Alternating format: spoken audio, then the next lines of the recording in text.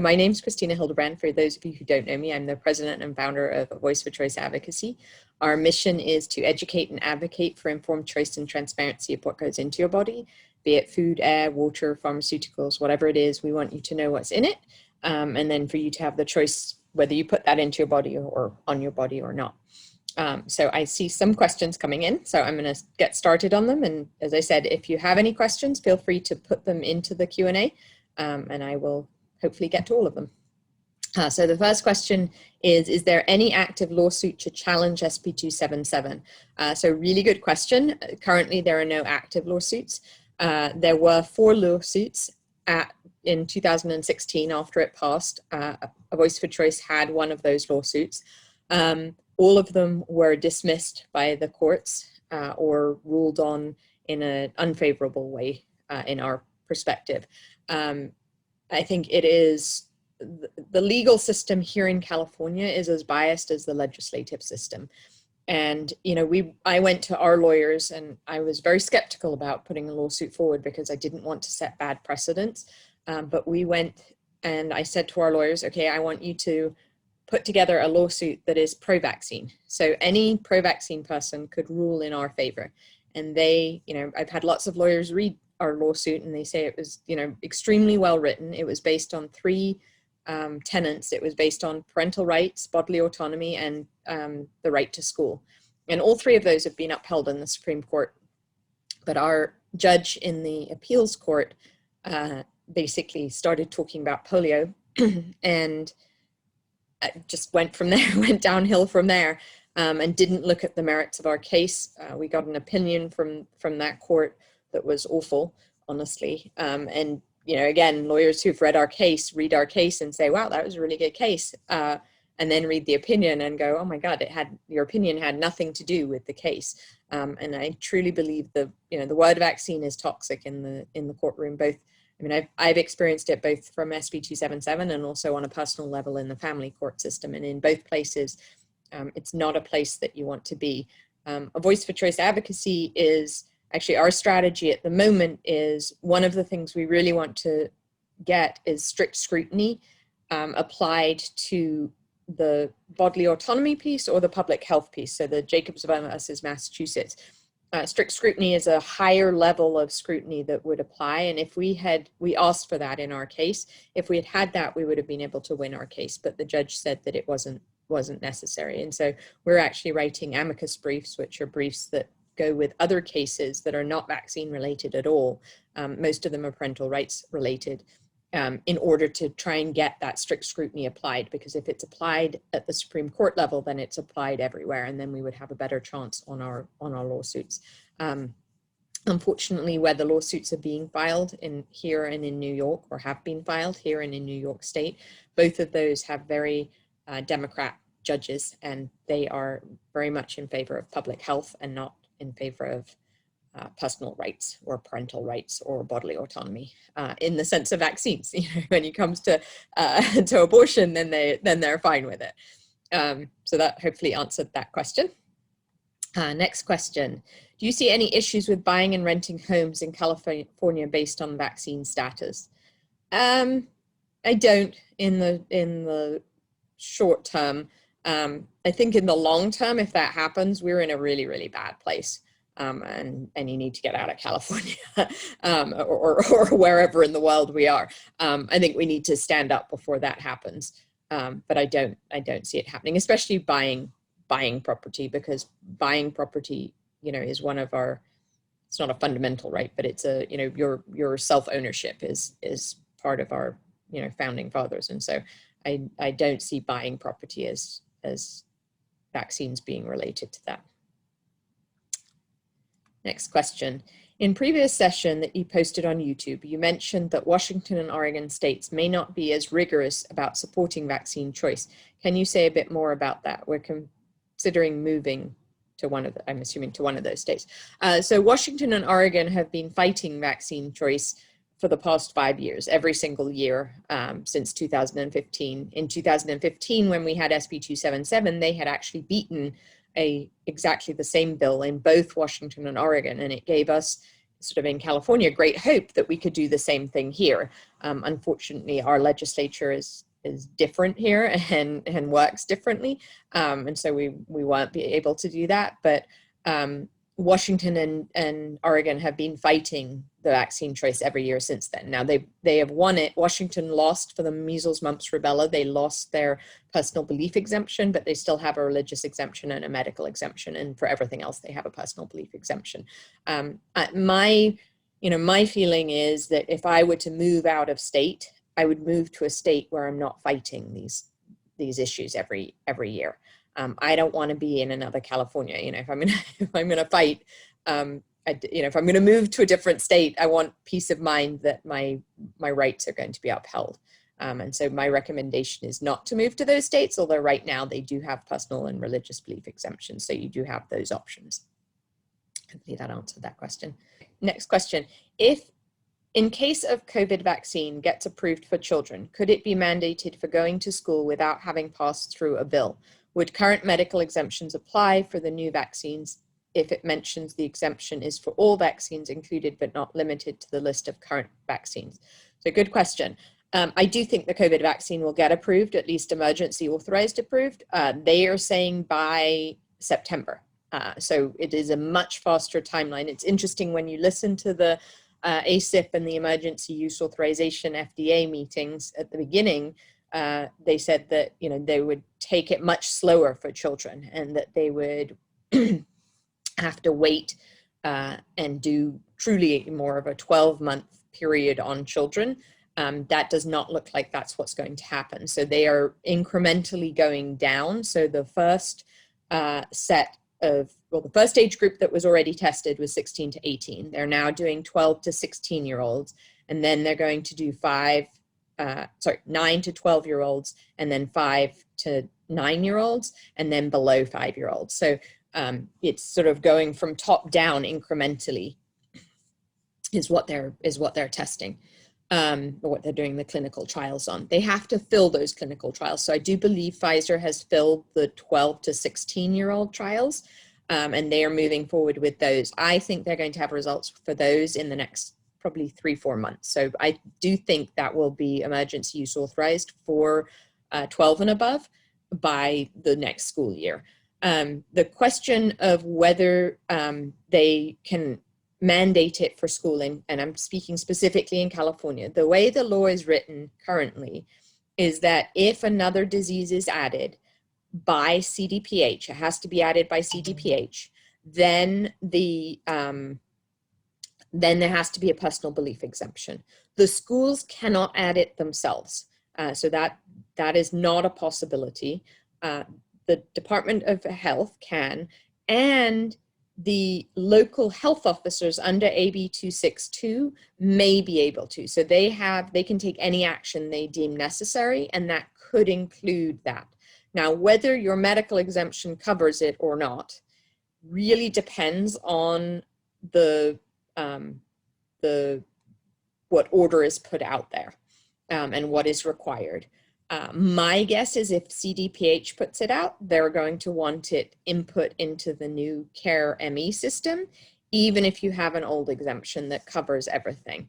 I think if legislation is passed to add the COVID vaccine, I think we will see probably a medical exemption that we can grandfather in those same kids the same way as we have done in the past. But it will be a legislative battle to get that amended, depending on who brings it forward. So it really depends on who's making the decisions and what it looks like. But I do think if CDPH has anything to do with it, they want it in the new CARE ME system. Okay, next question. What do you know about challenging required COVID testing, shallow nasal swab for my kids to go on campus inside buildings to their private high school in California? And do you have any evidence of thermogrippers nanotechnology being added to the testing swab for potentially inserting unknown substances in the body? So let's take those two things separately. COVID testing for your kids to go on campus. Our recommendation is that you request that they do a saliva test. So many schools are doing saliva tests. There's a company called Saliva Clear that does bulk testing, so for schools and employment, places of employment. I would recommend you go to your school and you ask them to do that. Often schools will require or will allow you to do testing outside of the testing that they have. So you can go and get a saliva test. You can get them from Costco. That's the easiest way to get them. They are somewhat expensive. They're $120. I do believe you can get them reimbursed by your insurance, but I don't know how many of them that they will reimburse. But that is we recommend, spitting stuff out of you that comes out of you rather than sticking stuff in you, because to your next point, do we have any idea what's on the nasal swabs? We don't. Is the technology available to put stuff on there? Absolutely. So Johns Hopkins has a nanoparticle that's like star-shaped, that's the size of a dust particle, that can get into your body and in your intestines. It clamps down and then gives some form of medication. There are other, other things like hydrogels. The technology is out there. Let's just put it that way. There's evidence of the technology. There are patents. There is lots out there that, yes, they could be doing it. Are they doing it? I have absolutely no idea. I don't have any proof of it. Could they be doing it? Yes, they could be doing it. And that's why we really feel strongly at a Voice for Choice Advocacy that if you do COVID testing, you really try and get saliva tested, which is getting your spit out, because that's coming out of you. You have control of that. If they're sticking, swabs into you, you have no idea what's on those nasal swabs. All right, next question.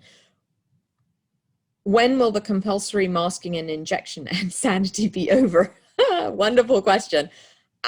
When we stand up and fight it. I think it is, I think there will come a time when we see people just having enough. I think those people that are getting vaccinated, interestingly, I thought those people would be like, okay, I'm done wearing the mask. I don't need to wear the mask, even though they know they should wear the mask because they still can cause transmission.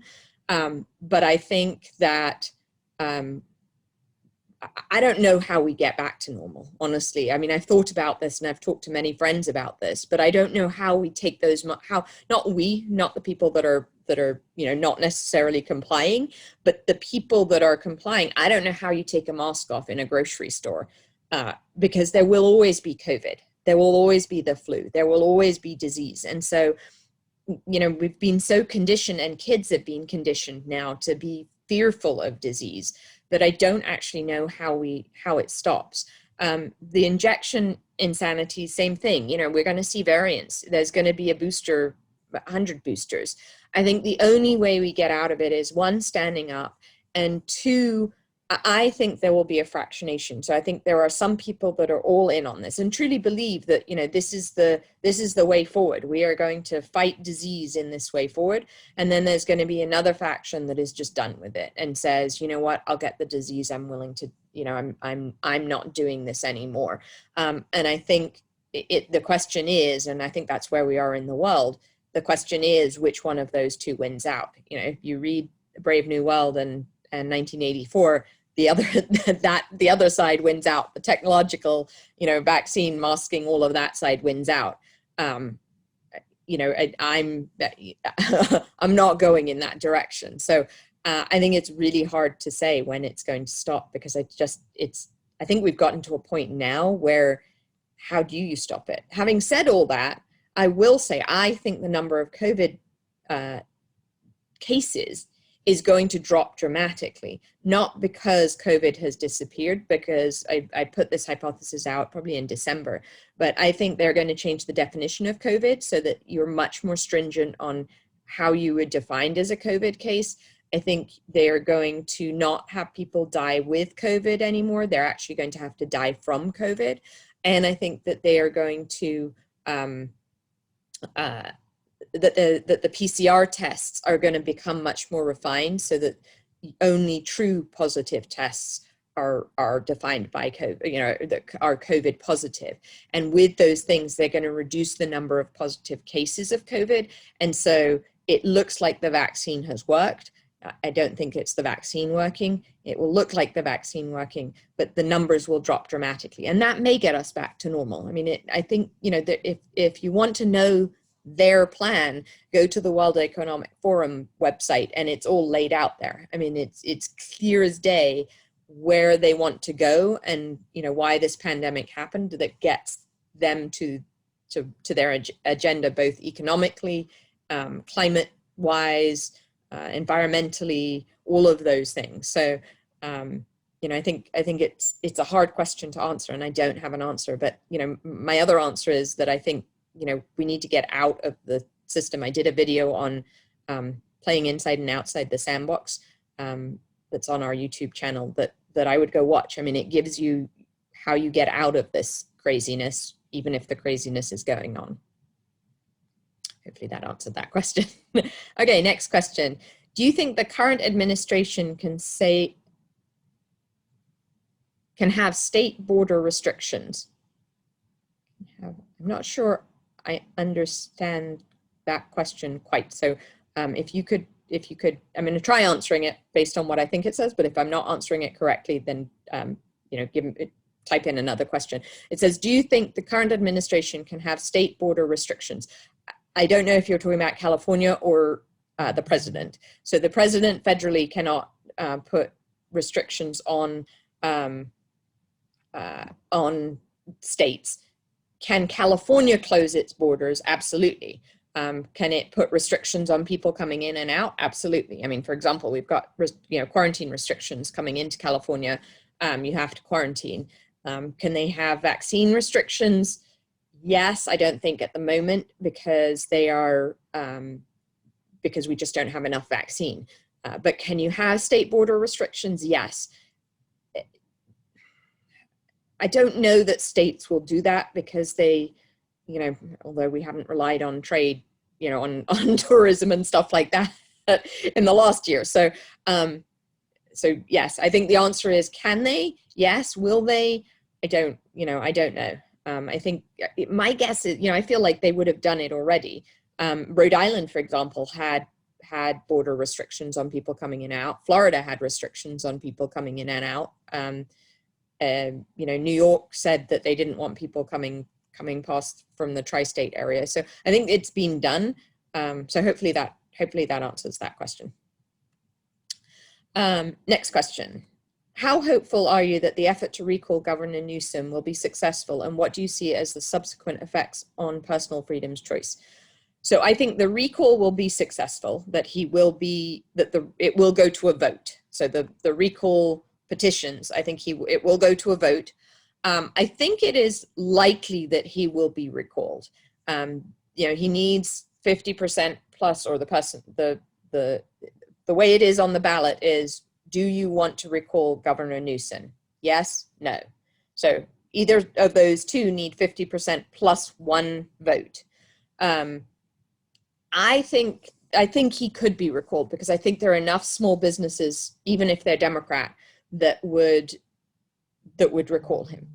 I think the question is, who's on the list to replace him? And in 2003, I think it was, when Governor Davis was recalled. Maybe no, it was earlier than that, 1990s.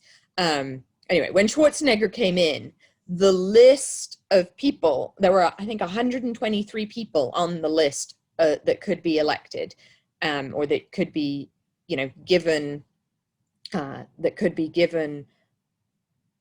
voted in. So the question there is, who is on that list that is going to be voted in, and who are they? So Kevin Faulconer has put his name out. There are a couple of others that have not sort of officially put their hat in the ring. I think it really depends who that person is. You know, I think there are people like, you know, I would love to see someone like Kevin Kiley or Mike Gatto, or, you know, people who truly have the people of California at their heart. I think that could change tremendously. But will they be elected? And that's the big question, is who is the person that's going to replace him, and are they any better than him? All right, next question. There are deaths and injuries. Why are they not being reported? Media blackout. This is insane. I'm assuming you're talking about vaccine injuries and vaccine deaths. There are, and yes, you don't hear about them. I will say, I think we're going to see the true numbers come out or be more out there when we get into age groups that are not the elderly and the frail. And the reason I say that is, if you look at the deaths and the vaccine adverse events reporting system, both the deaths and the injuries, if you look at them, they're all among, or the majority of them are among, 75 to, I think there's one that was like 101. And I've read every one of them. And, most of them are people in nursing homes. People in nursing homes go to nursing homes because they're at the end of their life, usually either mentally or physically. And so, and it's hard to tell from theirs, and I'm not making excuses because I do think they are valid vaccine deaths, but they're put in there, and what the CDC, ACIP, and what the vaccine manufacturers are saying is they were old. They were going to die anyway. And, there are some in theirs that I think would have died anyway. People that are dying from cancer already, why on earth would they be given the vaccine? Who the heck knows? But, to me, that's more the crime than them dying, so to speak. So I do think that there are some people in there that would have died anyway. I think it is easy. I don't think anyone can say that person would have died unless you're a family member or, nursing home staff. And we've definitely heard nursing home staff speak out and say, people are dropping like flies. So I'm not brushing them off, but it is very hard from the vaccine reporting system to understand whether these people were already dying or whether they were healthy and would have lived. I think once we get into the under 65-year-olds, that's when I think we will see more reality and more people take note of people that are dying, because under 75 years old, 65 years old, they're less likely to just, oh, they were already dying. So I think that's when we'll see it, and hopefully then, the media will publish information. I think even without mainstream media, there is enough information getting out there, and we have to continue to push it out there. Don't get me wrong, but I think there's, there have been reports of different countries having nursing homes where a number of people have died. And I think that, there just needs to be the independent reporting of it to push it into mainstream. All right, next question. Regarding the PCR test thresholds, there was an alternative news, Mrna, etc., around the inauguration day that said that PCR test cycle threshold would start getting reduced instead of being so high, per the WHO recommendation. Do you know if the US testing sources have actually lowered the PCR test cycle thresholds in the last month in response to the WHO message? I don't believe they have. It is very hard to tell, because we actually, at Voice for Choice Advocacy, we had 2 interns working on this. They did an analysis of PCR thresholds, and the majority of PCR thresholds are at that. What they say is they are less than or equal to 40. So it's actually not clear what threshold they're using in the lab. It's just less than or equal to 40. And when we asked those labs, well, do you run it up to 40? They said, well, we do if we don't get significant enough matter in the PCR test. So, but if you have enough viral load, by the time it gets to 25, they don't run it up to 40. They just run it to 25 and they say, yep, you're positive, but you don't know that. And so the question is, even though it said less than or equal to 40, we don't know if they've reduced that threshold to 35. We've asked, and none of them thus far have said that they have reduced it. I think it's going to take the pressure, and I think it's a double-edged sword, right? So I think it's going to take the pressure of people like in Florida, where in Florida, if you get a PCR test, you're told what the cycle threshold was that they used. And it's either, I'm not clear whether it's either you know, this is the cycle threshold that was used, and yes, you're positive. So anything below 35, let's say, and you were positive or you were negative, or it says, yes, you were positive at 25. I think what they say is what cycle threshold was used, so what the maximum it would go to for you to be positive or negative. Florida requires that, so people are much more aware of it. I think in that state, people are looking at it and saying, oh, well, I was 40, you know, I shouldn't be, you know, I'm going to go get it tested again and see if I'm, you know, see where my cycle threshold really is. I think that is going to drive, if more states do that, that's going to drive the cycle threshold down, because they're going to realize that so many people are saying, oh, I'm positive. Well, hang on a second, I'm at 40, I'm positive. Well, let me see what I am at a lower threshold.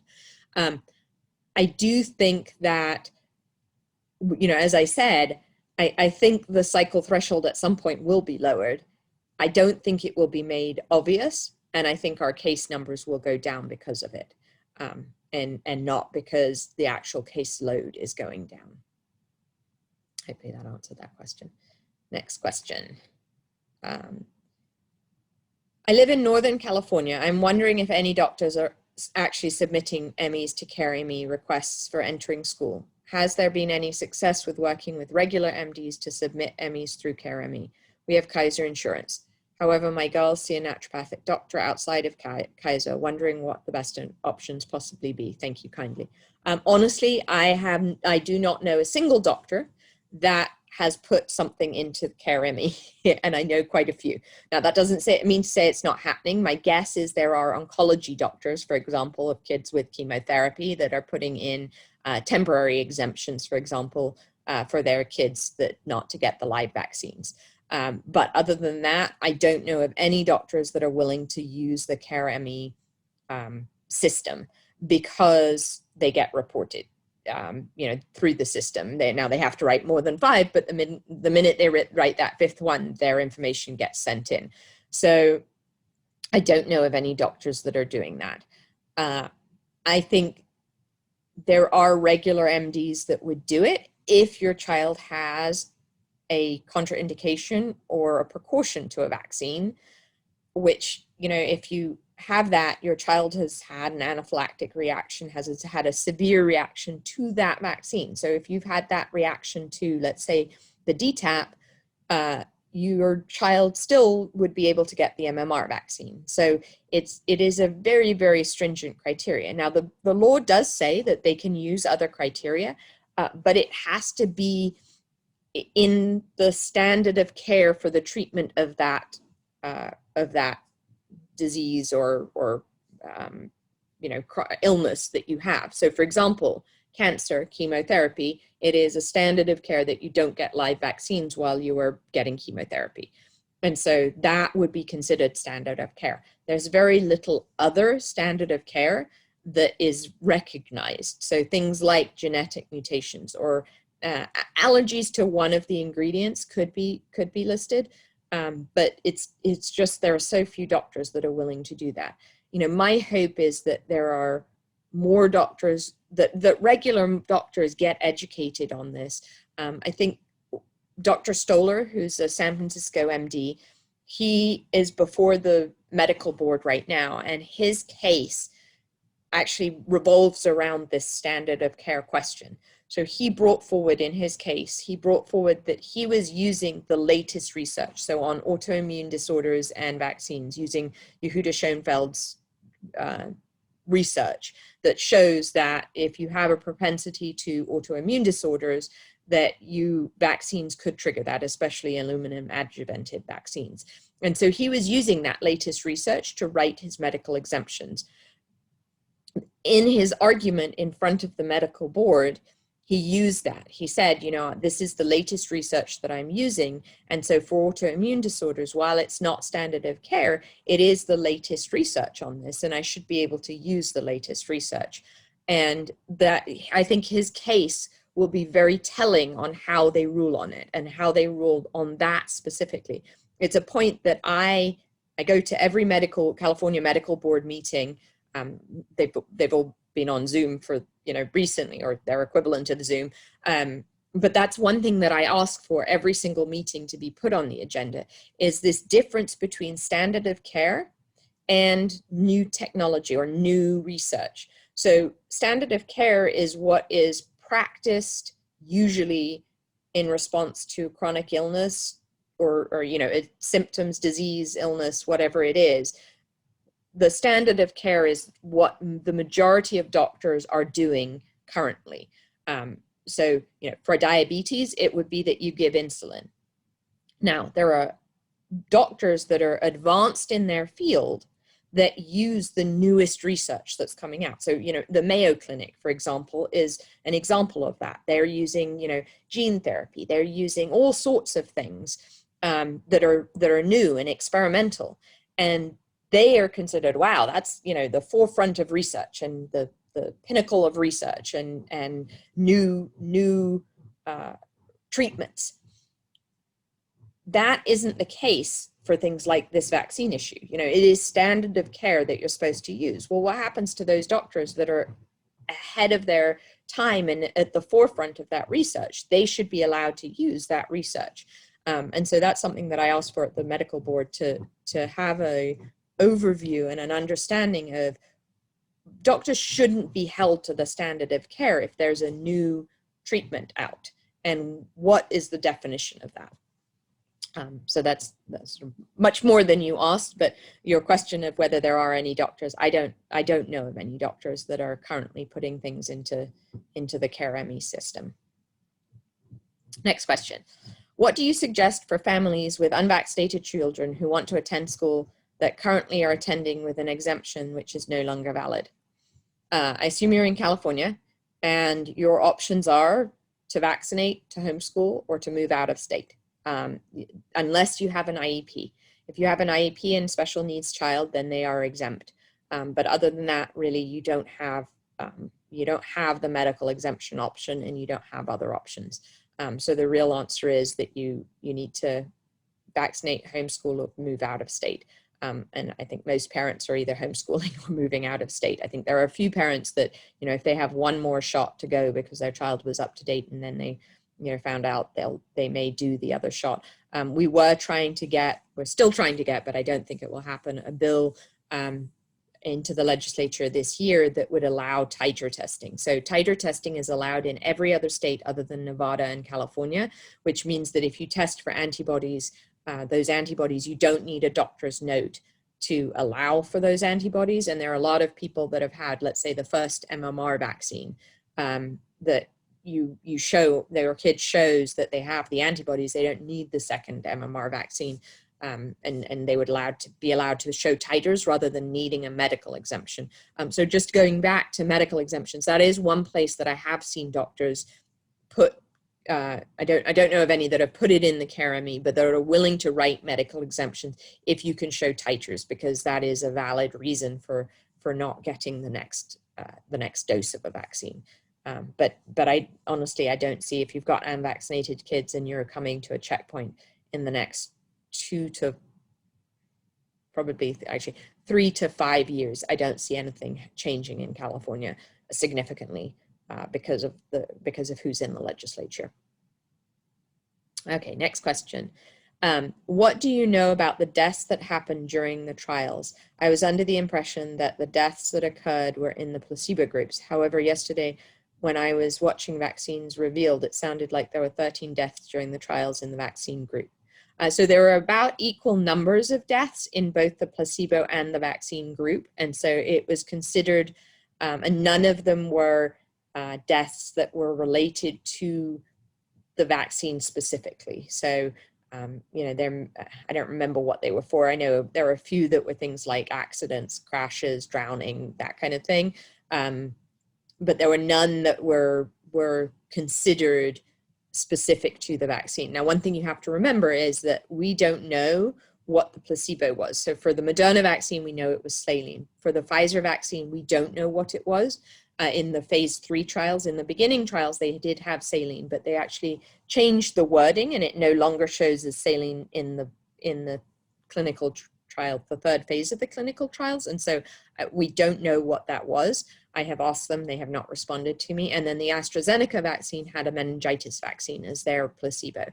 So when you have something like the meningitis vaccine versus the COVID vaccine, there you don't know what's causing it. You don't know if it's the vaccines that are causing it or if it's just the number of deaths, or the just natural causes or would have died anyway. But they are similar, which is why it wasn't brought up as an issue in the FDA safety, because there were equal numbers of people that died in each of them. And I actually think there were a few more in the placebo groups than there were in the vaccine groups. Next question. I read somewhere that the CDC had previously stopped certain vaccines, possible swine flu, after a certain number of deaths, with the certain deaths high based on VAERS reports, way higher than the previously one. Is there a threshold of when they would have to pull the vax? So yes. So in the past, there have been 2 significant rollouts of vaccines, and they were both H1N1 vaccines, and they both had adverse reactions associated with them. Now, one was Guillain-Barré syndrome and the other one was narcolepsy, and those were pulled after about, I want to say 6 months, 3 to 6 months. So there was a significant number of vaccines that were given before they were pulled, and it's because they needed enough people. What enough people is, I don't know. And I think with COVID, my guess is that threshold is actually probably higher because of the number of deaths with COVID that are happening around the world. I think that it also needs to be a consistent issue. So for example, for the one with narcolepsy, that was a consistent issue. Guillain-Barré syndrome was also a consistent issue. What we're seeing with the COVID vaccines, and I think part of it is because there are 3 different vaccines, and while the 2 mRNA vaccines work somewhat similar, they're not exactly the same. So not everyone's getting the same vaccine. But even within the vaccines, I haven't seen a consistent pattern, but there are a number of different side effects that are happening that are not consistent. And so I think if all of the side effects were Bell's palsy, having said Bell's palsy most people recover from, so that's not really a good one. But if all of them were Guillain-Barré or anaphylaxis or I'm trying to think what some of the other adverse reactions are, but or continued migraine headaches. So people get migraines after the second dose, bad headaches after the second dose, but they go away. If it was something that was truly consistent and long time span in there, I think we would get there quicker. But if you look at the adverse events, if you look at the injuries, they're kind of all over the place.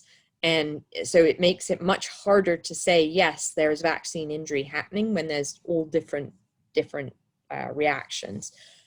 I think the other piece of it, honestly, is that, people really want this to succeed and want the vaccine to work. And so I think, and we've been primed that the second dose is going to really punch you hard and you're going to be out of commission for 2 days. Previously, if a vaccine put people out of commission for 2 days, that would have been looked upon as, oh my goodness, that's too much of a reaction to have, for 2 days. That's too much of a reaction. That's not going to be approved. You need to get your reactions down from that. But this one, I mean, literally, they were speaking on FDA and Moderna and Pfizer calls and saying, it is hard. The second dose we know is hard. You're going to have reactions. 80% of people have reactions to it. You need to take 2 days off from work. It's all priming people for that it's okay. It means that it's working. That's so, I think people expect the reaction. I also think that some of these, the mRNA vaccine, it's not clear what the long-term effects of any of these vaccines are. And so I think we may see things 3 to 6 to 12 months down the road, and they won't even be associated with a vaccine, but they are a cause, they could be a cause from the vaccine. Hopefully that answers your question. Okay, next question. Have you heard that the CDC now has hydrochloroquine along with zinc as a therapeutic early treatment of this virus, and they are starting to make more hydrochloroquine here in the US? So I do know that they took it off the banned list, I guess, and I haven't heard that they are making more of it, but they stockpiled a huge amount. There's some state, I don't remember what state it is, but they had huge stockpiles of it and were trying to sell it. So it's definitely out there. I know that it is now okay, although that has not been publicized, widely publicized. So, so yes, the answer is that is the case. Okay, next question. What are the number of serious reactions to current vaccines that are more serious than aches and pains and fever? Where can we find up-to-date updates for this information? So there are two sources. Both of them use the VAERS database. One is the CDC Wonder database, which is pretty much the raw information, and it's you can sort it, I believe, by death and by different adverse reactions. So if you search CDC Wonder vaccines, and then you need to sort by the COVID vaccine, and then you can sort by different things. And then there's also MedAlerts, MEDALERTS, medalerts.org, which is the vaccine, the National Vaccine Information Center, NVIC, on their site. And that is much more tabulated. So they have, you can search COVID vaccine by death and it adds up all the numbers. You can do it by different types of vaccines. It's much more tabulated. I will say all of the data is about a week behind current data. So you can see what happened a week ago and before that, but they update it weekly. I heard that they were going to start updating it monthly and not weekly, but I hope they do continue it weekly. But those are the two sources that you can go to get that VAERS data. Okay, next question. Can they pull the EUA once alternative treatments are available? They have withheld them early, but now they seem to be getting approved. So this is an interesting piece, and I'm assuming you mean the EUA vaccines. I don't think they're going to pull the vaccines. It's just not going to happen. Alternative treatments is different from vaccines. So vaccines and treatments are two different things. And people have been saying, oh, they held hydrochloroquine off because they wanted to get the vaccine on the market. I think they did that from the perspective of true treatment. I don't think they did it from the EUA perspective. And the reason I say that is the EUA considers vaccines prophylactic. They're not treatments. They're not once you get COVID, how are we going to treat you? They are, we're going to stop you from getting COVID. And I understand that they don't stop transmission, they don't do that, but they're in a different category to the treatments. And so, when people argue, well, they held off on the treatments so that they could get the vaccine on the market, I don't agree with that from an EUA perspective. I agree with it from a perspective of we need to get the vaccine and get everyone vaccinated and have a fear mongering piece of it. And there's no, people are dying from this. People didn't have to die if they had alternative treatments. So from that perspective, I agree with it. But from an actual, the legalities of emergency use authorization, I don't think I don't agree with it.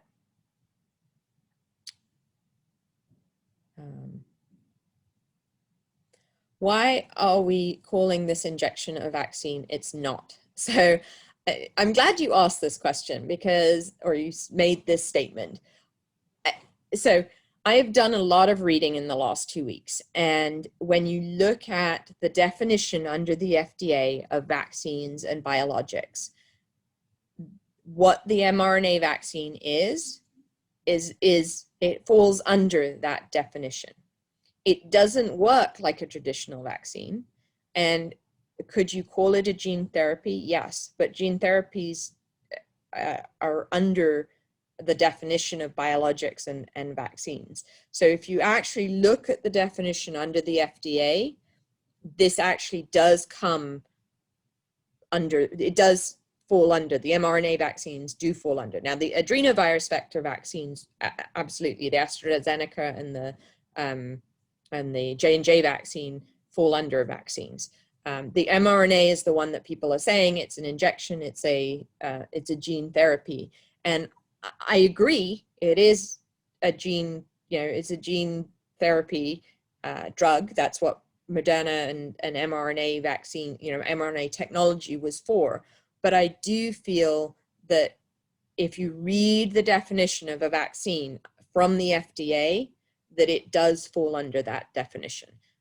So I think, you can, I see both sides of it, but I do feel that if you read the definition that, and I would encourage everyone to go read the definition.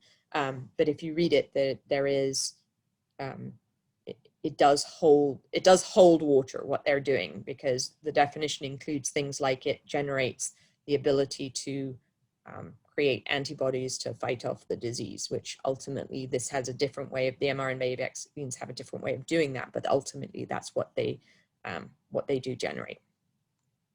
Okay, next question. I apologize if you answered this already. Any updates on the Voice for Choice group email forum? I am looking to connect with local families. Thank you for your work on this. I wish I had, I wish I had a better update. We are still working on it. I think the last time that I said this in the last meeting or wherever I said it, it is taking a lot longer to get the servers up and running and going. Part of it also was the last 2 weeks I gave 4 presentations, and so my attention was not as on it as I should have been. I know our wonderful IT person that's helping me with it is waiting for my response. My hope is that we do get it up and running in the next couple of weeks. I'm putting it front and center because it needs to be done. Well, first of all, I did those 4 presentations, and then this weekend I had a horrible migraine, so I didn't get anything done. But anyway, we are working on it is my answer, and I really want to get it out there. It needs to happen, and it needs to, I will prioritize it. So if you're not on our email list, get on our email list, and I'll be sending something out shortly. And I appreciate your patience on that. Okay, next question. Will homeschooling be made illegal in the US or any individual states, and or vaccines be required for homeschool? We're in Texas. So I'm going to take those separately. I don't think homeschooling will be made illegal. I think that is more on a state-by-state basis. I just think it would be a huge, it would take a lot of work to make it illegal. As for whether vaccines will be required for homeschool, I think that is actually more likely. We had a lawsuit in New York, not we, but there was a lawsuit in New York fighting the New York vaccine mandates. And the Board of Education came out and said that basically they felt that, it was an issue for the public at large. The question was whether kids that were distance learning would have to get vaccinated on schedule. And here in California, the answer is yes. It doesn't matter whether you're distance learning or whether you're in school. The law is the law, and you have to do it. So in New York, they brought a case forward. The Children's Health Defense brought a case forward that basically said, can we, for kids that are distance learning, and that have medical exemptions, while they are waiting for their medical exemption to be approved, can they do distance learning? And the Board of Education came out with a statement saying that, the answer is yes, they absolutely have to be vaccinated, because this is for the community at large. And that, I fear, will be taken. I think it really depends on where COVID goes and what wins there are in the Supreme Court. I think there could be wins that help us get away from that and make sure that that isn't the case. But I do think there is a possibility that homeschoolers are seen to be a threat to the public at large. And that means in the stores, in the grocery stores, in the playground, in everywhere.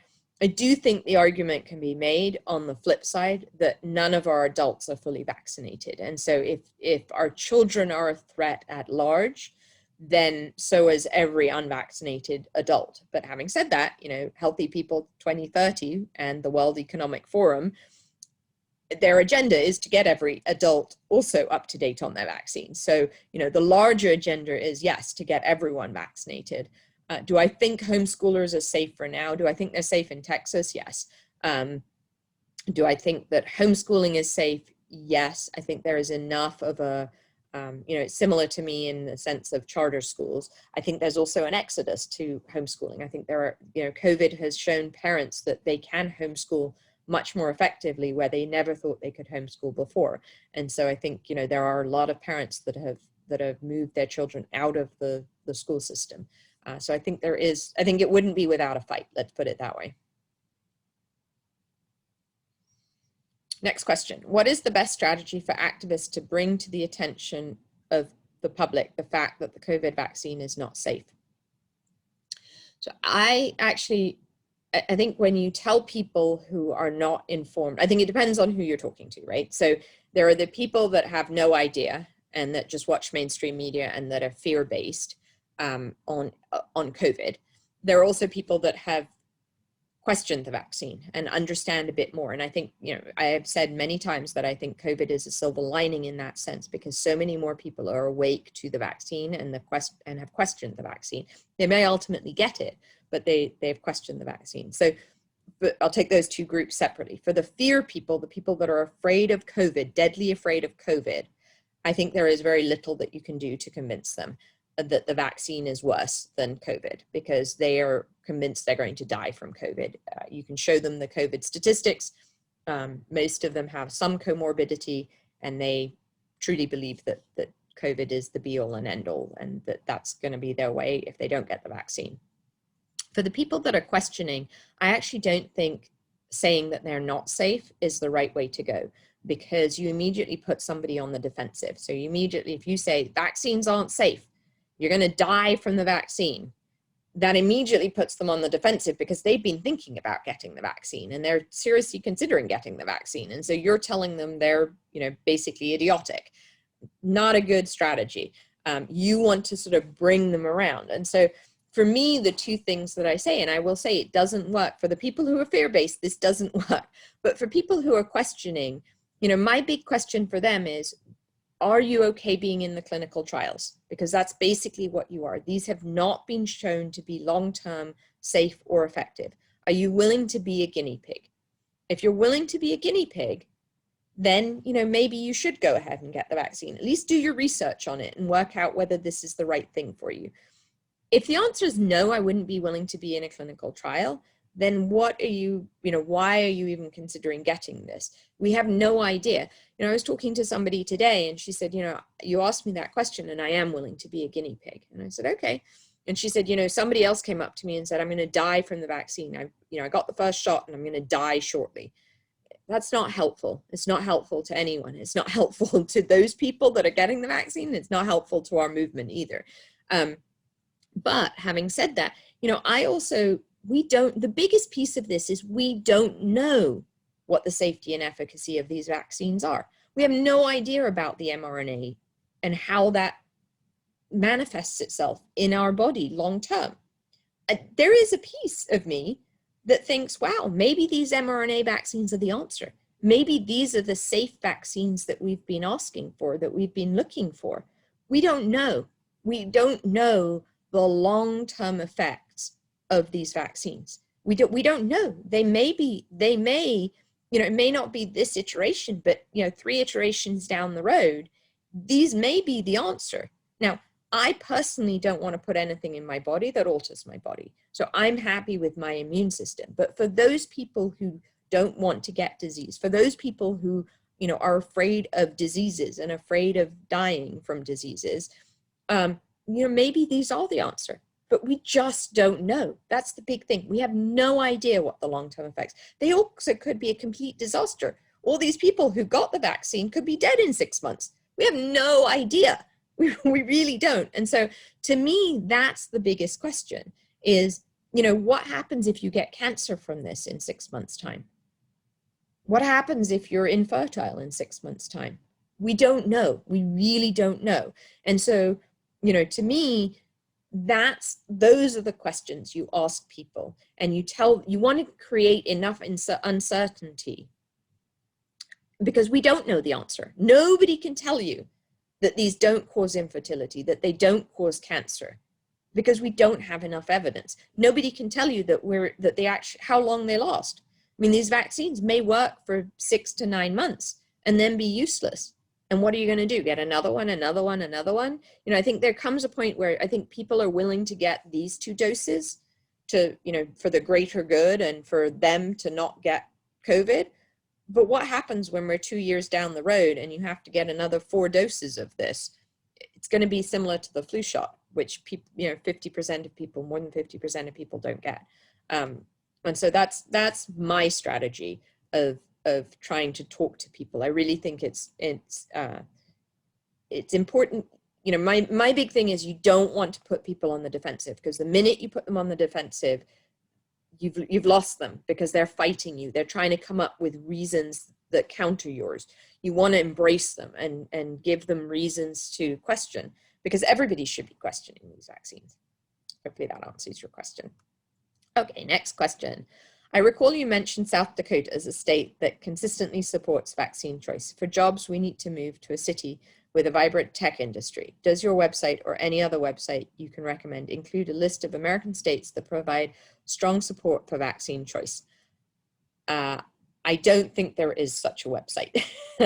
I think the other piece is, for example, you say you need a vibrant tech industry, right? So for other people, they don't need that. They need cultural stuff. They need farming. They need, you know, a warm climate, a cold climate. So it becomes very specific to you once you get past the vaccine choice piece of it. So my recommendation is that you find a state, or you find the list of states that you, and the first sort of piece that I recommend is that out of the 3 pieces of the legislature, so you've got 2 state houses and a governor. Out of those, that you have 2 of those that are Republican and 1 Democrat, or all 3 Republican. Republicans, unfortunately, this is a partisan choice, are much more parental rights oriented versus mandating, you know, things, anything. So if you have 2 that are Republican and 1 that's Democrat, then you get to a point where it's less likely that vaccine bills get passed, or removal of vaccine choice gets passed. Once you've looked at those states, then the next piece is to narrow down to states that do not, and so many people have asked me this that I may actually put one of our interns on it and create such a map, but is to go to NVIC advocacy, so the National Vaccine Information Center advocacy platform. And on there, you can see what bills have been fought or passed in, I don't know how many years, a lot of years. And go and look for your states, and in there look at what vaccine bills have been passed, or not even passed, but brought forward, and look at how much they're fighting. So for example, you know, a state like Arizona is purple, but they have vaccine choice bills that go forward, but they also have bills that remove the religious exemption every year. And so that is a heavily contested vaccine choice state. And I personally wouldn't go there because of that. If I'm moving to get out, you know, there are other states that haven't had any legislation really. Like I think of somewhere like Tennessee, North Carolina, you know, states like that don't have a strong vaccine bill platform in their state. And so, you know, I would say look at those, and then within those states, look at what you're looking for. So in this case, a vibrant tech industry. So, you know, is somewhere like North Carolina, Virginia, you know, do those fit the bill? Can you find the tech industry there? Texas would be one. I mean, there's so much of California that's moving to Texas. Unfortunately, Texas is becoming blue because of that. But you know, there are other places that fit your bill, but those are the sort of steps that I take. And then that third piece is very much a personal decision of what you're looking for specifically, and what you want. Okay, next question. In California, are the kinder and 7th grade checkpoints in effect if the medical exemptions are no longer valid? Doctor is under investigation. So the kinder and 7th grade checkpoints are in effect, period. So if you get to TK, kinder, or 7th grade this year or beyond, you need a new medical exemption that's filed through the CARE-ME system. So it doesn't matter whether your doctor is under investigation or not, you need a new medical exemption, which is, as I said, basically impossible to get. Next question. I joined the discussion late. So sorry if you've already answered this. During your Greater Reset presentation, you mentioned we could contact you for the proper way to claim a religious exemption from vaccination. Can you expand on this tonight? Absolutely. So yes, so for employees, not for anything else, but for employees, if your company is requiring you to get the vaccine, the first recommendation I have is to say no and to decline it. And find the other people in your employment that are also declining it. I can guarantee you there are some. We've seen, in healthcare facilities, up to 50–60% of healthcare workers, nurses, are declining it. So they're definitely out there. So find your group, then decline it. If they say you can't decline it, or the other thing that they can do if you just decline it is that you can be fired for it. California is an at-will state for employment, and I'm talking specifically of California. Obviously, if you're in a different state, find your state laws. But in California, we are an at-will state that you can leave your job, and they can fire you with no reason. That's the way California works. So they could do that if you decline it. If you have a religious exemption, so if they require it, not recommended. If you recommended, you can decline it. If it's required for your employment, you can have a religious exemption, and with that, they cannot discriminate you. So they cannot fire you because you have a religious exemption. They have to find accommodations. Now, for example, with the LAUSD, they're saying if you don't get the vaccine, that's fine, but you have to stay home. You have to do online learning. That's where unions come in. You need to go talk to your union rep and educate them and tell them that you're not okay. That's also where, if you're in a union, you want to find your people because you want to go to them collectively and say, this is not okay. If you're not part of a union, again, you want to go to your employer and say, we are all against this.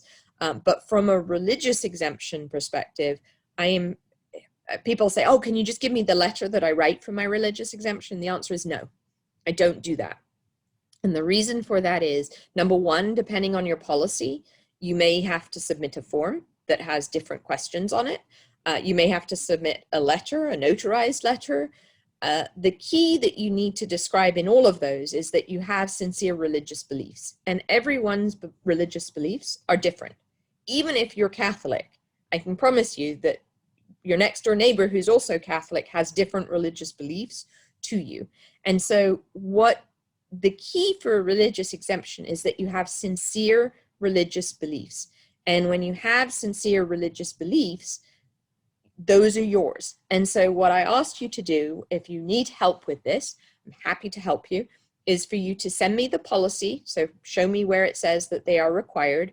You need to ask, if it's not in the policy, you need to ask your employer what that religious exemption looks like. So if you want to submit a religious exemption, what that looks like. Is it a letter? Is it a form? Is it, what are they requiring?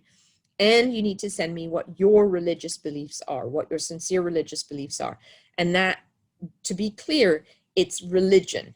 It's not ethics. It's not morals. So just because you don't want foreign bodies inside of you, not a good enough reason. Just because you don't want something used that's made with aborted fetal cells or tested with aborted fetal cells, because you don't believe in that, not a good enough reason. If it's because a higher power, a spiritual power, is telling you that, that's a religious reason. So there's very difference there. It cannot be moral or ethical reasons or scientific reasons. It has to be a religious reason. And so what I ask you to do is to send me what your religious beliefs are. And if you are currently part of an organized religion, if there are any religious texts you read, and if you grew up in a religion. So there are people that say, I'm not part of a church right now, but I grew up Catholic. I was raised Catholic. And I still believe, I still have my life under those tenets. I just do it personally, and that's fine.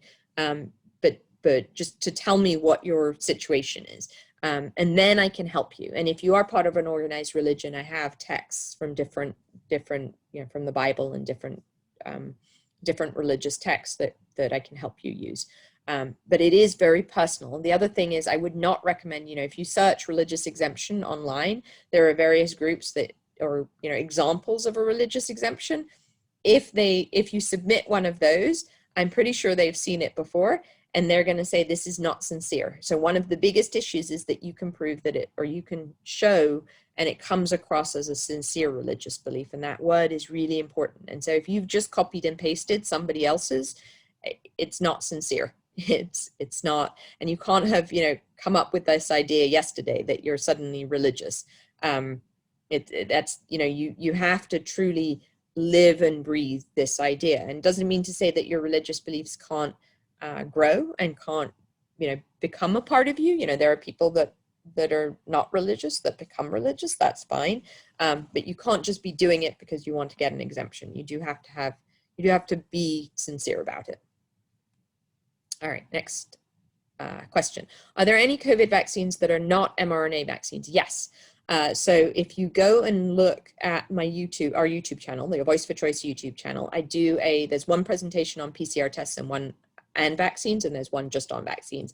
If you go to the one that I did for the Greater Reset, which is the just vaccines one, I go through each of the 6 vaccines that have been basically paid for by the US government and that are the lead candidates in the Western world. So China, Russia, and India have their own vaccines, and I don't talk about those, but you have the 2 that have been approved in the US, which are the Pfizer-BioNTech and the Mrna vaccine. Now the Pfizer-BioNTech, Sanofi is also manufacturing that in Europe, and they have kind of removed their position or their own COVID vaccine because they realized it wasn't doing too well, and so they have focused on actually manufacturing the Pfizer-BioNTech one.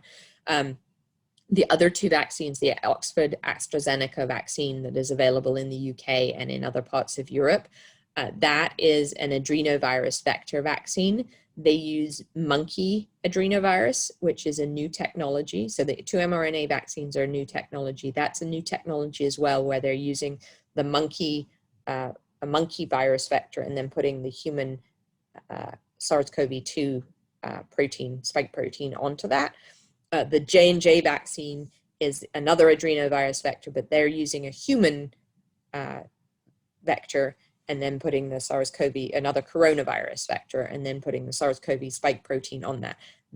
The J&J vaccine is 1 dose, and it is the only vaccine that is nearing completion. Both the AstraZeneca and the J&J are not available in the US yet, but it is the only one that's actually had the same technology used for a different vaccine, for an Ebola vaccine, that has been through full clinical trials and approved by the FDA. Now, I have issues, with that whole process, but it at least has, the technology has been used in other vaccines that are being, gone through full clinical trials and got onto market and been fully FDA approved. That J&J vaccine, I believe, will go before the FDA and the Emergency Use Authorization Committee in the next month. So it will be available in the US probably in a couple of months at the latest. As I said, the difference between it is 1 shot only. They're looking at possibly a booster, but it works with 1 shot. It's also not required to be at these really, really cold temperatures. So I think that vaccine will actually become more used than the 2 mRNA vaccines. If people say, if I have to get a vaccine, which one would I get? I personally wouldn't get any of them, but if I had to get one, that's probably the one that I would get, because, and I haven't looked at the clinical trial data because they haven't released it yet. So, but when they do, I will look at it. But if I had to guess, that would be one, because it has, the technology has at least gone through full FDA approval and full clinical trials, which none of these other ones have. And it's 1 shot, not 2. So, but I think if as I said, if I had to choose one, that would be the one that I choose, but I still don't think it hasn't gone through all the testing that's needed either. Okay, next question. Do you know anything about homeopathic vaccines in the form of a pill? And if so, would those show on a titer test? So what you're talking about is homeoprophylaxis. I do know about it. You can get it for all childhood vaccines. There are nosodes. They're actually usually not in pill form, I don't think. They're usually in water form, but either one do the same thing. So there's research that is ongoing among some homeopaths that are trying to see if they can get titer tests to show positive from nosodes and from these homeopathic vaccines. And I do believe that there are homeopathic physicians that have shown that. And but it's not proven anywhere. It's not, it's not something that is consistent and that is known. It isn't just the regular nosodes. They have to be at a special potency. But I know that there is research going on about that. The tough thing is with California, the titer test, you still need a medical exemption here, unless we get our bill authored, which at this point, it isn't looking positive just because the legislature has reduced the number of bills that they're allowing this year. Okay, any California lawsuits to change the emergency given hydrochloroquine, zinc, and AZ are effective solutions? If not, is there any group that is focused on this issue? I don't think so, because I now don't think I think they took that, and I would need to go back. I don't remember what the exact wording was, but hydrochloroquine can now be given. So I think it's a matter of getting it. I mean, my recommendation, you can get hydrochloroquine from physicians. The American Frontline Doctors has a telehealth where you can get hydrochloroquine. My recommendation, if you're concerned about it and that's the way you would move forward with treating COVID, is to get some for yourself and have it on hand so that you aren't in that position. I don't think challenging, so the emergency hydrochloroquine isn't a California lawsuit. It would be a federal lawsuit against the FDA. And I don't think, the unfortunate thing is that the studies that have shown the effectiveness of hydrochloroquine have been, questioned. And the studies that show the inefficacy of it are even worse. I mean, they've been removed. But unfortunately, because of the politicization of it, it's a really hard one, and I'm not sure. I would have to think about it. I haven't thought about the lawsuit effects, what the effects of it and whether it would be worth it to do that, because I think you can get it. And interestingly, I mean, there have been a couple, I think it's in New Jersey, there have been a couple of lawsuits where patients have been administered ivermectin, or the family requested ivermectin, the hospital wouldn't give it, they went to court, and the judge said absolutely give ivermectin. So I think in those situations there have been lawsuits, but I don't think just changing the emergency use, and I have to look at exactly what the wording was of what changed, because I think it's been taken off that you can get it now. What is the name of the saliva test again? So the mass saliva testing, for example, for schools is called Saliva Clear. It's based on the Yale saliva test. And they do what's called pooled testing, which means that you have, the other thing that I do like about them is that they don't get any personal information. They just have a barcode, and the school keeps the barcoded information. And they push through, say, 100 tests. And if they're all negative, those tests, that's it, that's done, they're done. If there's a positive in there, then they start testing the individual vials to work out who is positive, but they only have the barcode. They don't have the name of the student. And it's only once they give the barcode to the school that the school identifies the student. And so that's another positive thing, I think, from a privacy perspective. As someone familiar with the UK, would you expect the UK to remain supportive of vaccine choice? Boris Johnson recently suggested that he thought the COVID vaccine should be widely taken. I don't think there is vaccine choice in the UK right now. I think it's interesting. Well, I shouldn't say that. I think there is vaccine choice to a certain extent. I think it is being pushed as everywhere else. I think it's part of this, global great reset. I think it is being pushed. I think the UK the interesting thing about the UK is, and anywhere that has nationalized medicine, is they do things that are they're not as much into sick care as we are in the US. So here in the US, the pharmaceutical industry absolutely makes money off of keeping you sick, putting you on as many drugs as possible. In the UK, where they have the NHS, the National Health Service, they don't want you on as many drugs because they're paying for those drugs. So they want you on less. So interestingly, my dad was pre-diabetic, and they set him up with a cooking and nutrition class. They gave him a free health club membership, either health club or swimming club membership, and then some other some other source of conversation, consultation to help him work out how to eat better. And part of the nutrition was, making healthy meals. Part of it was one time they went into this supermarket and into the grocery store, and they looked at, what they normally bought and what the ingredients were. And can you find things that have, lower fat, lower sugar, not necessarily all the things that I eat, but, or the way I eat. But if you're going to eat some cookies, what's the best cookie to eat? Is it this one that's full of trans fat, or these ones that are, healthier and organic kind of thing? And so I do think they're more into sort of the prophylaxis piece, but the vaccine falls into that prophylaxis, right? So I do think that they will push the COVID vaccine more than other vaccines, partly because they want to contain COVID. But I do think this is all part of, the economic shutdown that goes with the Great Reset. I mean, if you listen to Boris Johnson, he's, parroting what comes out of the World Economic Forum.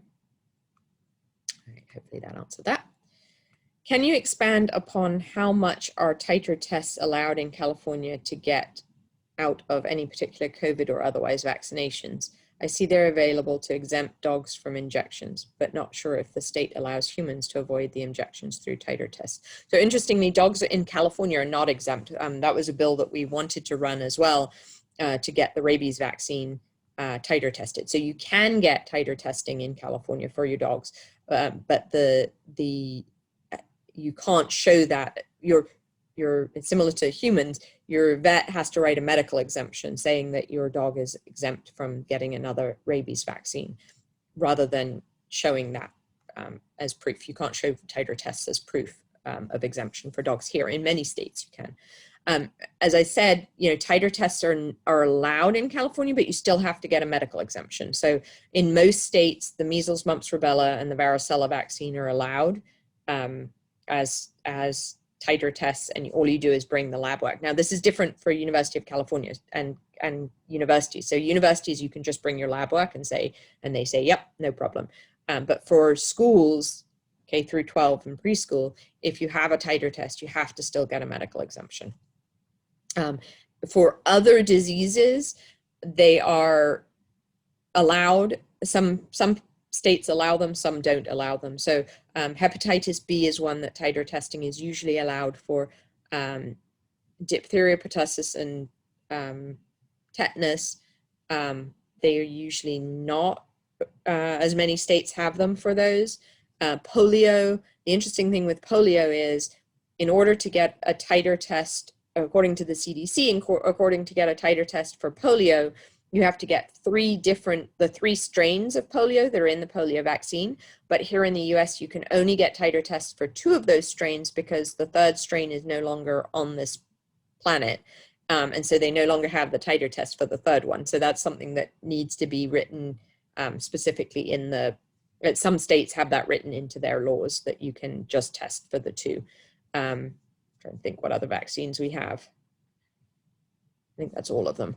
That are required in California. So for most of them, you could, if you can find a doctor that will write them. And the thing is, right now it's up to the doctor. So if the doctor says, yes, that your titers are great for every vaccine, they can write a medical exemption for that. It's just finding a doctor to write the medical exemption. Next question. Is there any organization working on making hydrochloroquine over the counter in the US as it is in Europe? I don't believe so, and I don't know, honestly, I don't know what is required to make that happen. I know much of the world it's over the counter, especially in places where malaria is an issue. So, but I don't know what the issue is here. My guess is it's much harder here because of the pharmaceutical industry here and the amount of money they put in. But I don't know what's required, and I don't know any organization wanting to do that. Although I wouldn't be surprised if American frontline doctors want to do that. All right, next question.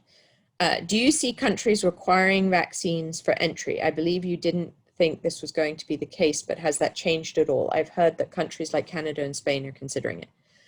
So I do think there are countries that are considering it. I think it's really hard because we don't have enough vaccine at the moment. So if those countries are going to stay locked down, so I could see Canada, for example, staying locked down until that's the case. So I do think there's a possibility of it. I think my guess is that there'll be an alternative. And, you know, I'm just hypothesizing here. I really have no insight information any more than anyone else does, other than that I do a huge amount of reading. My guess is that there will be a rapid COVID test that is more accurate than currently available, where, you know, you spit in or you breathe in or you do something and they check and you're negative getting into the airport and then getting onto your plane, and then as you come out and arrive in that country again, you get checked and you're negative, and then maybe you have to go into quarantine for, you know, 5-10 days, whatever that is, and then you can travel into the country. You know, one thing that I'm amazed by is the fact that our economies are not open. And not open to tourism. I mean, if you look at California's, you know, and New Zealand is another one. I mean, the leading industry is tourism. And the fact that for a year we have been closed just boggles my mind. That, you know, if you asked me a year ago, I would say there's absolutely no way we can stay closed. We can stay locked down for this long because our economy is going to be in the toilet. I mean, there are way too many people that rely on tourism. You know, I look at New Zealand. It's a prime example of, you know, their answer to the economy is tourism. I don't know how they're, you know, staying alive at this point because there is no tourism. I mean, they won't let people into that country. So, you know, having said that, I don't know.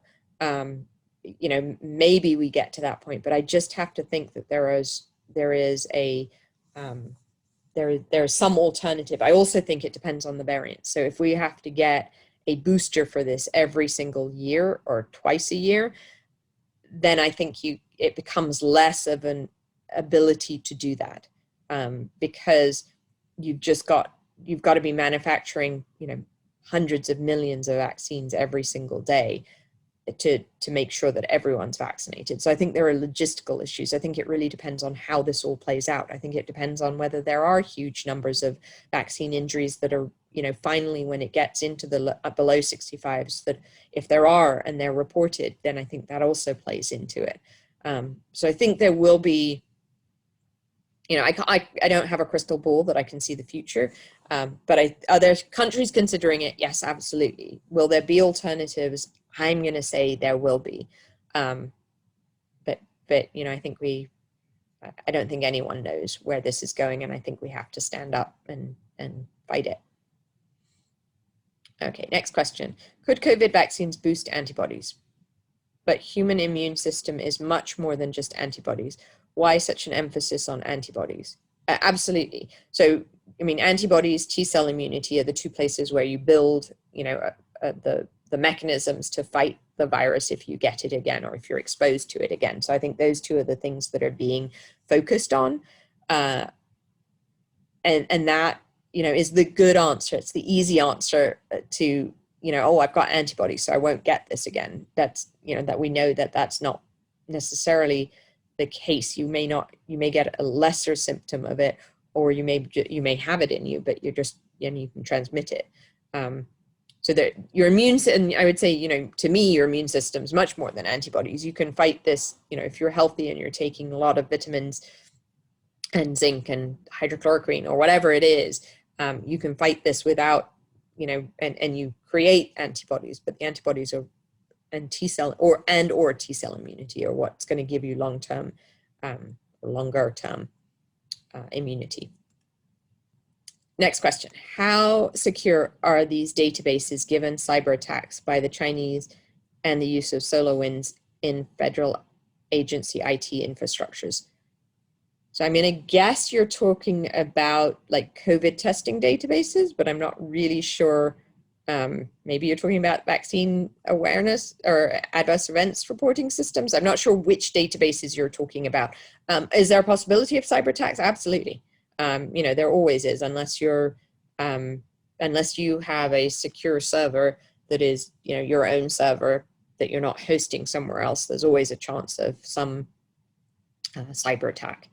I think, you know, I think many of the databases have a lot of security built into them, but yeah, I mean, yes, the answer is, and especially, you know, I mean, if the government wants to look into it, you know, I think they can get into most stuff. Are California public schools are allowed to force surveillance PCR testing?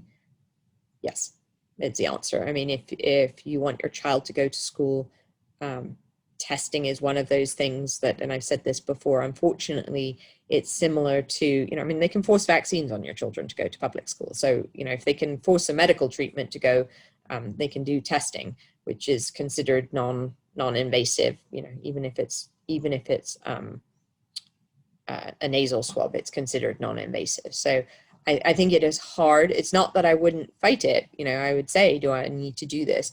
The other piece is because they have distance learning as an alternative, they can say that they're giving you equal education for, you know, that your child just needs to distance learn and they're not allowed to come in if they're not going to be PCR tested.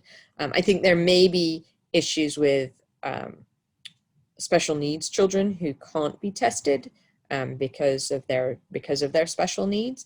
But I think those are the, you know, the exceptions rather than the rule, the norm. Do you have information about Canadian legislation? Thank you in advance for the answer. If you're talking about vaccine legislation, what is it called? Canada.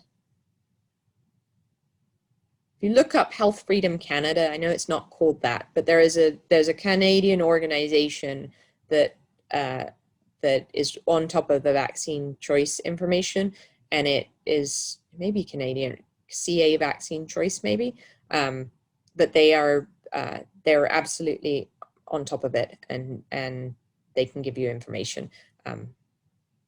For anyone, if you're not in California, I mean, I'm happy to help you with California. I'm happy to help people in other states, but every state and every country has a health freedom, medical freedom, vaccine choice organization. And you should go to those organizations because they are working in your state and they know the deal with your state inside and out much better than anyone else outside of your state or your country. And so I would highly recommend as I said, every state and every country has an organization. If you look them, you know, search on the internet for your country or state and then use the words medical freedom, health freedom, or vaccine choice, they should come up, you know, in the search engine. Okay, next question. A friend's mother's employer who works in a hospice is now saying the vaccine is mandatory. What are options? Does the religious exemption approved for the UC schooling system apply to all employers?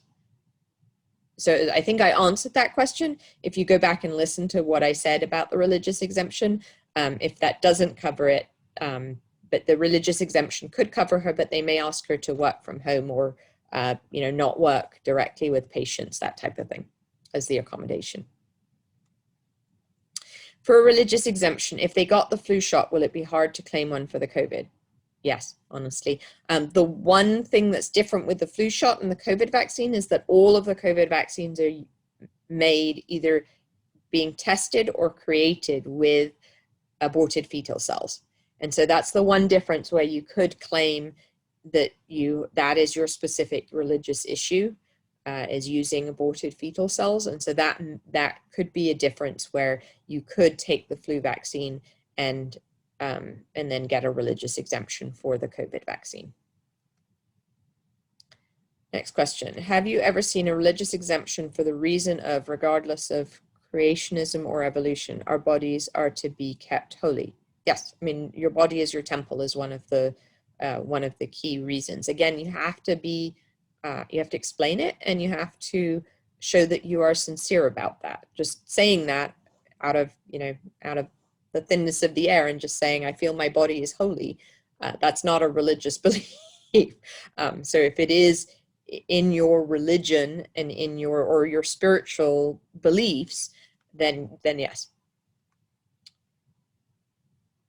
How can all this be justified for a disease that has such a high survival rate? Go watch the World Economic Forum, the Davos agenda. It's all there. Go watch Event 201. I mean, it's planned.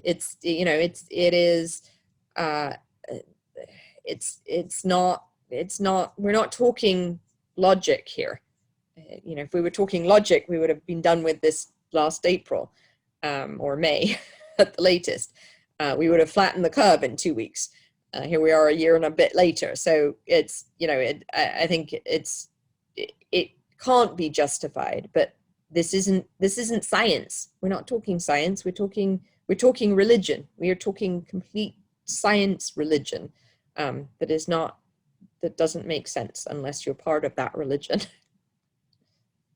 Next question. For parents that will not, under any circumstances or legislation, poison their young children with vaccines, what do they do? Will there be any safe havens left? So you homeschool or you move out of the state? The answer to that. Regarding finding somewhere we can move out of California, the UK is a possibility as we have family there. My question earlier was actually about whether the UK will likely continue to not require children to be vaccinated in order to attend public school. That's my understanding. Do you have any thoughts or expectations on that? So the first thing I laugh at is public school in England is actually private school. So we call it's confusing. So I'm going to assume you mean the US public school system. If you go to, I don't think they will mandate childhood vaccines in the same way, again, because of the national health system. Could they? Yes. I don't see it happening anytime soon. It's not on their long-term agenda, partly because a very high number of children get vaccinated in the UK. So I think I would feel safe moving there. Don't quote me on that. Things change. When I moved to California 16 years ago, I didn't think, I was into, it was all California crunchy and healthy. And, I never thought we would be in the place we are today. So, I think, don't quote me on it, but I do think the UK is less likely to require vaccines and than much of Europe. Next question. Is the medical exemption needed for online schools in California? I do not remember the name, but there seem to be a couple that probably do not need any exemption as the learning is completely online. So if they're considered homeschool, not distance learning, but homeschool, then yes. The key there, I was actually asked this question by somebody today by email, and I answered, and I said they were looking at these schools that are nationwide, basically, that you go to that aren't California based, but that are sort of home online schools. And the question really is, where is that school based and what is their policy? They may do it on where they're based in, where their headquarters is. And if that's not California, then it would be whatever that school's requirements or that state's requirements are. But if they're completely online, they may have you, for example, complete a private school affidavit of your own. So you may have your own school, but your children attend the lessons at that online school. So it really depends. You have to look at the individual online school for how they're doing it and what their requirements are. Okay, I am sure you've answered this so many times. I'm so concerned about my grandkids in California getting so many vaccines because of school requirements. what's on the horizon? What can we do? It's very hard for me to watch this, and I'm quite certain their health is being affected. I also have a precious new grandchild, and I can't even imagine her getting these. Thank you for the work you're doing. So I think the key is to educate your children that they know the deal with vaccines. I mean, that's number one. If they are not willing to vaccinate their children, because that's up to the parents, honestly, then they need to look at either homeschooling or moving out of the state. And I think people are doing that, you know, evenly. I think there are a lot more people probably moving out of state right now because of so many other things in California, but that is one of them. I think that we will not see a change in legislation for at least 3 years. And I say that because Senator Pan and Assemblymember Gonzalez, who are the two key people in this fight on the, you know, on the pro side, that's when they leave office. So they leave office in 2022. So the earliest legislation that we could bring forward is in 2023. And, you know, that's what we're working towards. We are having meetings and talking to our legislators and doing all that to set up for 2023. But, you know, will there be another person that replaces them that's just as bad? I see a couple in the legislature that are possibly there. I don't think either of them are quite as bad as either of those two, but they're definitely in there. But I don't see anything happening before 2023. The only thing that could possibly, but I don't think that would even happen before 2023, is something gets to the Supreme Court. But the Supreme Court takes a long time to get issues to them. So even if there was a lawsuit today, it wouldn't get there for a couple of years, and that assumes that the Supreme Court will take it. Only 5% of the lawsuits that make it to the Supreme Court are ever heard by the Supreme Court. Most of them are not heard. So I think, you know, the key for you is educating your kids so that your grandkids don't get vaccinated, and then ensuring that they're in a safe place, where in a state where they don't have to be that. Okay. Do you think all these Great Reset perpetrators will get COVID? No, I don't actually. I think they'll get the COVID. I think they'll get the COVID vaccine. Actually, people say, oh, well, you know, Gates and them won't get the COVID vaccine. It's interesting because I was talking to a friend of mine who we were talking about the vaccine, and, you know, he's a libertarian. I truly believe that he, you know, I didn't think he would get the vaccine. And I even said to him, well, what happens if it has nanobots in it that, you know, track you and, you know, make you transhuman? And he said, that's the way of the future. That's great. You know, I think that would be fabulous. That's the way we're going to, you know, rule the world, you know, get forward in the world. And I was just like, wow, you know, that's just so. But then again, you know, he also drives a Tesla and does automatic driving, whereas I like to have a stick shift. Not that I have one, but, you know, I like driving a stick shift. So that's very much the difference. I grow my veggies in my garden, and that's what I like. So I think it's actually interesting that none of the perpetrators of the Great Reset and the World Economic Forum have come forward saying they've had COVID. So I think that's an interesting perception of, you know, why haven't they had COVID? I do think some of it has to do with how we claim COVID cases. So there's a lot of issues with how, you know, the number of COVID cases, the duplication, the numbers that are double counted, the high PCR test rates, the false positives. You know, I think there's a lot. So, you know, maybe they haven't been tested, as we can see in countries that don't have the testing capacity. There isn't COVID there. Anyway, if we register to homeschool by running our own private school in California, do we have any option to reviews to provide information about our school's children's vaccination status? I have seen that it appears this information must be provided by any such private school. I would prefer that my children not be put on a list being kept by the state government. No, if you have a private school affidavit, you do not need to share your vaccine information at all. It is absolutely not required, which I actually think is funny that they did that. I think it's funny, but it's not funny. They did it on purpose, because that way our vaccine rates, our school vaccination rates, look really high, because none of the homeschoolers that are lesser vaccinated to whatever extent are included in the data. So it definitely makes sense, but at the same time, it means they have no record of those children. So I found it interesting that they didn't include them in their data, but it does make sense because otherwise they would be the unvaccinated numbers in California for children would be much higher than they show they are.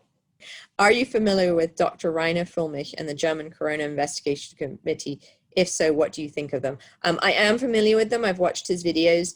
I think it's interesting, but I haven't seen a lawsuit come out of it or anything come out of it really. So, it's an interesting concept, but until they have something that's concrete, I think it's another one of these, great, but where are we going with this?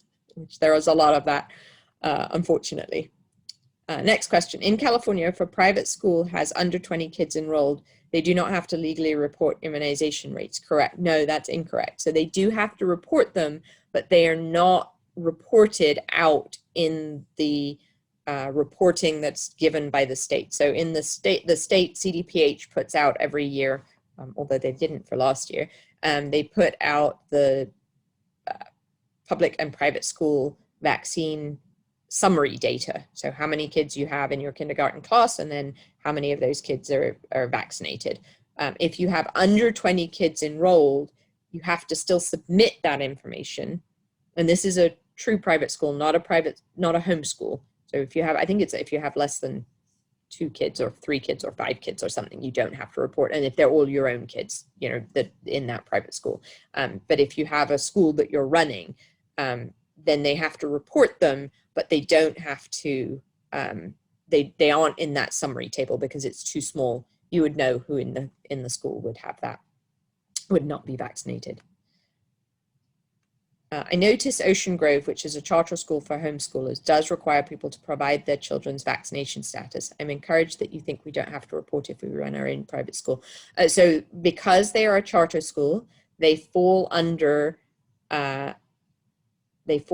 public school and a charter school, even their homeschoolers. So if you read the legislation, that the way it's written, it is specific to private homeschoolers.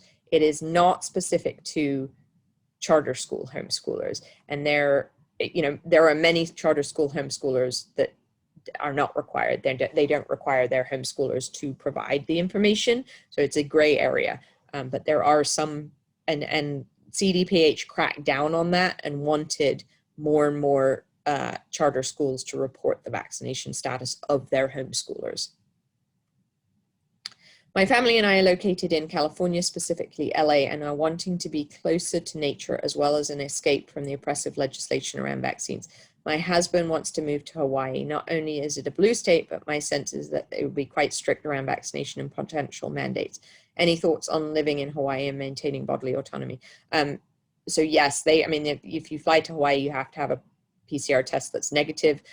They are very, very strict on the COVID piece of it, mask wearing and that kind of thing. As for vaccines, the interesting thing in Hawaii is that the health department can put out regulations on vaccine mandates. So they've actually not even had legislation. They've been fighting the health department, and they are actively on a yearly basis doing that. So I don't believe they haven't had any vaccine mandates go into effect, but they are fighting it, and unfortunately it doesn't require a law. So it doesn't require any, it requires a public process like public comment, but it doesn't require it to go through and be voted on by the legislature, from my understanding.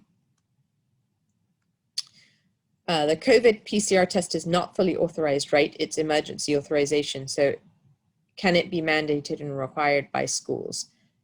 It's a good point. It is not fully authorized. All the PCR tests are under emergency use authorization.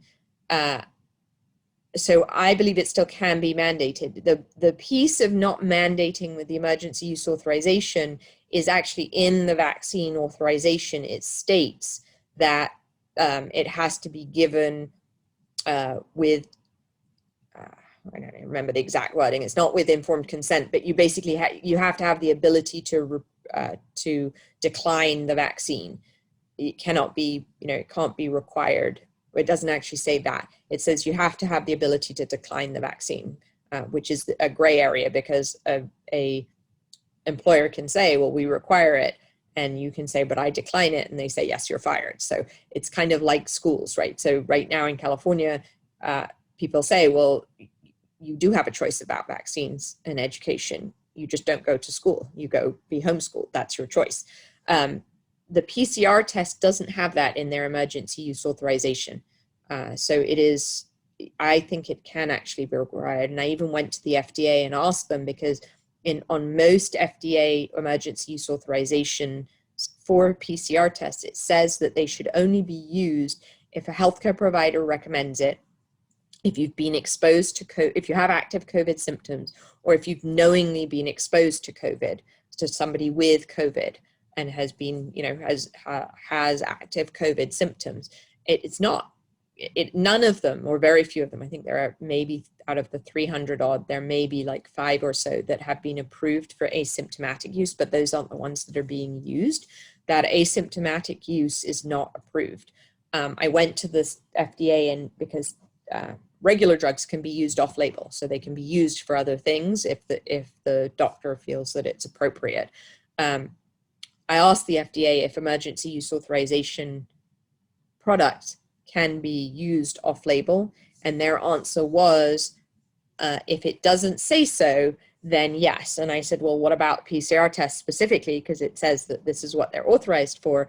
And they said, yeah, you could file a complaint and we wouldn't look at it. We are allowing it, basically. So I think, I still don't think it's a place where just because they're emergency use authorized, that they can't be mandated. I do think they can be mandated. Or, again, the alternative is, fine, you don't need to do it, just stay home, do distance learning. And I think that's where they get away with it. Is that, as it's equivalent to the vaccine issue in homeschooling. Okay, next question. Can you provide a quick list of states that you would move to?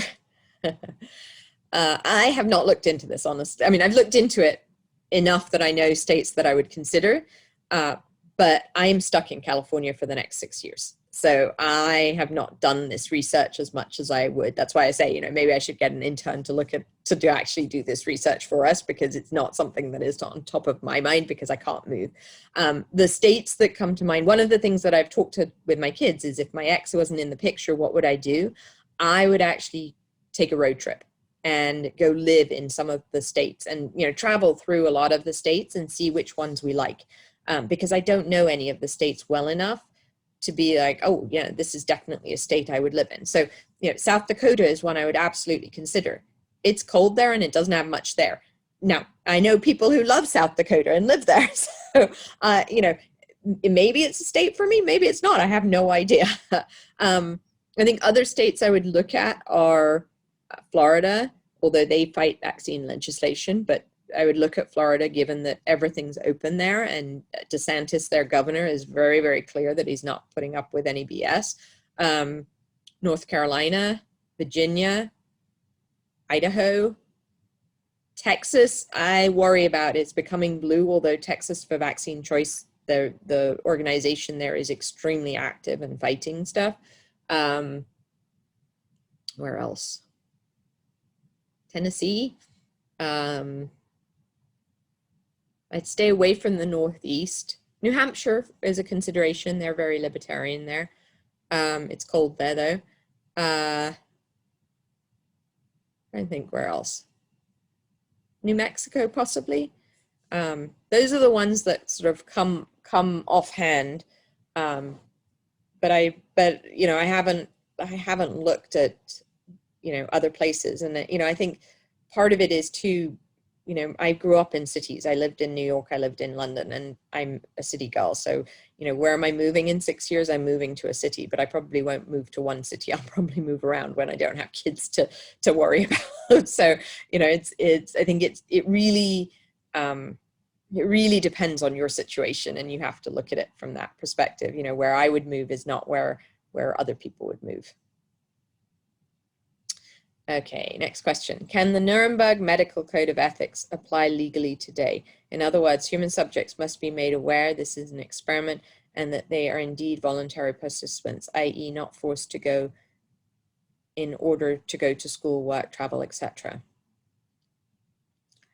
So the Nuremberg Code has not been codified. We have human rights codes in the US, but the Nuremberg Code actually hasn't been codified in the US. So it's not actually the Nuremberg Code you want to look at. It's the human rights clauses in the US federal law. I think that the answer is yes and no. I think we live under Jacobson versus Massachusetts, which is basically gives public health police powers. And so the public health epidemic outweighs outweighs everything. I think we may see a change with that. We've been seeing changes in that slightly in the Supreme Court. So I do think that we may see a change in that. But the emergency use authorization isn't considered a clinical trial. So the people that are in the clinical trials are getting informed consent. The people who are, and I believe everyone who's getting the vaccine right now should be given informed consent the same way they would a clinical trial, but that's not part of the emergency use authorization procedure. It's not required. So is that something that would be good to be required? Absolutely, yes, but it's not something that's currently required. And so, you know, these are considered, they're not fully approved, but they're considered similar to an FDA drug, which you're not required to get the informed consent piece of it. I will say there is more information given to the patient. So, you know, when you get a normal vaccination, you're given a two-sided pamphlet, a flyer that basically doesn't tell you very much and scares you about the possible reactions to the actual disease. This you actually get, you know, there is a patient document which is more significant than what's normally given for vaccines. But I don't think, you know, I don't think this is considered a clinical trial or an experiment by the government. Is it? Yes, it is, but it's not considered that. Okay, I'm going to take this as my last question, and it is: have you seen the indie film fest Winter January 21 COVID Tango and the Logum Way? It's an excellent 45-minute documentary on Sweden and its success in not locking down. Nice music too. I have not seen it, and I will go watch it. You know, I do think countries have done it differently and they have succeeded. I do think Sweden got pulled into it at the end, but I do believe that that there are countries. I mean, you look at much of Africa, and COVID hasn't ravaged Africa in the same way, partly because they don't do as much testing. I also think it's fascinating, absolutely fascinating, that Wuhan, China, and the rest of China is all completely open, like, you know, nightclubs, you know, just, I mean, masses of people all together. And I don't understand why China can do that less than a year after, you know, not, I mean, they were doing it over the summer, you know, they somehow got rid of COVID, and somehow the rest of the world can't shake it, which just seems very questionable to me. Let's put it that way. And I'll end with that. Thank you so much, everyone, for being here. I do this because of you. And so, you know, I will continue to do this because they definitely have a demand, and, you know, we have a lot of people that have good questions. And so for as long as we are, you know, as long as there are questions, I'll continue to do this. So thank you, everyone. And I hope you have a good evening. And I will put this recording out on our YouTube channel, and I'll send an email out tomorrow. All right. Thanks so much. Take care. Bye-bye.